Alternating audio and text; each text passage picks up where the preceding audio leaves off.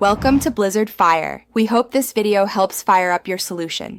You start by gathering what matters: vertical footage, music, and a concise hook. Open your editor and create a new 1080 x 1920 project. This ensures platform-ready aspect ratio. Import clips, audio, and any logos, then mark your best 15-60-second segment. Once done, set frame rate to 30 or 60 FPS and enable snap so cuts are precise.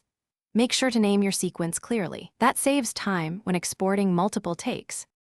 Now edit with purpose. Keep pacing tight and visuals bold. Cut to the hook within the first second, then use jump cuts and subtle zooms to maintain motion. This keeps viewers watching. Add captions large enough to read on mobile and place them away from bottom UI overlays.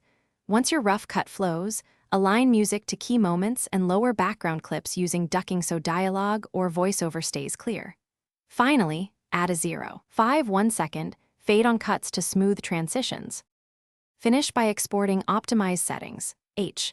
264 MP4 at 1080 x 1920 and an 812 Mbps bitrate to balance quality and size. Upload through YouTube Studio, add a punchy title, 1 2-line description, relevant tags, and a vertical thumbnail. Once uploaded, set visibility and add to a playlist if relevant. If something goes wrong, check the file codec and bitrate first. Re-export with lower bitrate or remux with a stable tool. Make sure captions and credits are attached before publishing. Thanks for watching. If you found this helpful, don't forget to like and subscribe.